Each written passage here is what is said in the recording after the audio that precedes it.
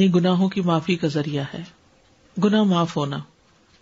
حدیث میں ہے کہ آپ نے فرمایا جس نے غسل کیا پھر جمعے کے لیے حاضر ہوا، پھر اس کے مقدر میں جتنی نفل نماز تھی پڑھی، یعنی مسجد میں آ کے مسجد کے نفل پڑھے ویسے پڑھے، پھر خاموشی سے خطبہ سنتا رہا حتیٰ کہ خطیب اپنے خطبے سے فارغ ہو گیا، پھر اس کے ساتھ نماز پڑھی، اس کے اس جمعے سے لے کر دوسرے جمعے تک کے گناہ بخش دیے جاتے ہیں، اور مزید 3 دنوں کے بھی.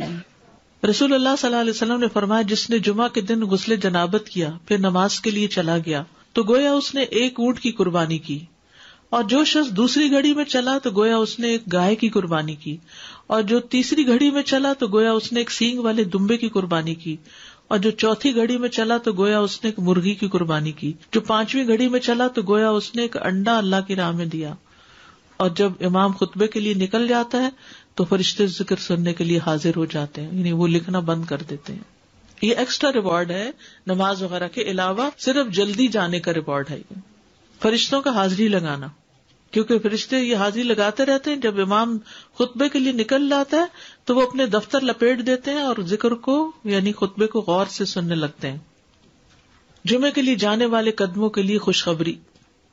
ابایا بن رفاعہ کہتے ہیں کہ میں جمعہ کے لیے جا رہا تھا کہ راستے میں ابو ابس رضی اللہ عنہ سے میری ملاقات ہوئی تو انہوں نے کہا کہ میں نے نبی صلی اللہ علیہ وسلم کو فرماتے ہوئے سنا کہ جس کے دونوں قدم اللہ کی راہ میں غبار آلود ہو گئے اللہ اسے دوزخ پر حرام کر دے گا.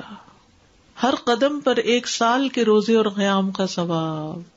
ہر قدم پر کتنا بڑا اجر و ثواب ہے.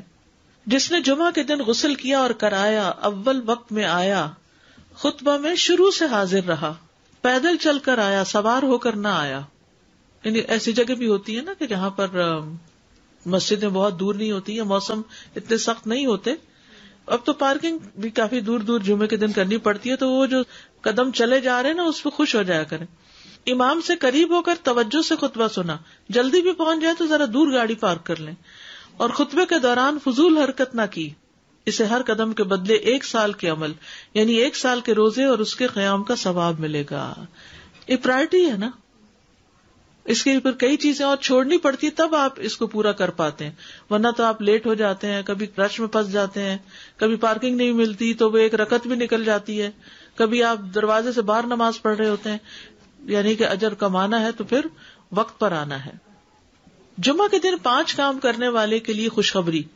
جو آدمی ایک دن میں 5 امور پر عمل کرے گا اللہ اسے جنت والوں میں لکھ دے گا. اور وہ کیا ہے؟ مریض کی تیمارداری کرنا، جنازے میں شریک ہونا، دن کا روزہ رکھنا، جمعہ کے دن نماز کے لیے نکلنا اور غلام آزاد کرنا.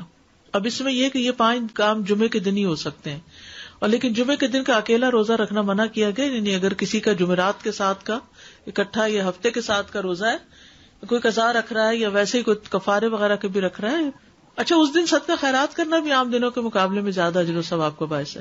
تو انسان جمعے کے دن کی نا کچھ اس طرح کی پلاننگ کرے کہ اس دن خاص صدقہ بھی کرے اور نہائے دھوئے بھی اور ساری زیب و زینت اور پھر تیار ہو اور گھر بھی صاف ستھرا کرے. یہ کہ اہتمام نظر آئے کہ آج جمعہ کا دن ہے.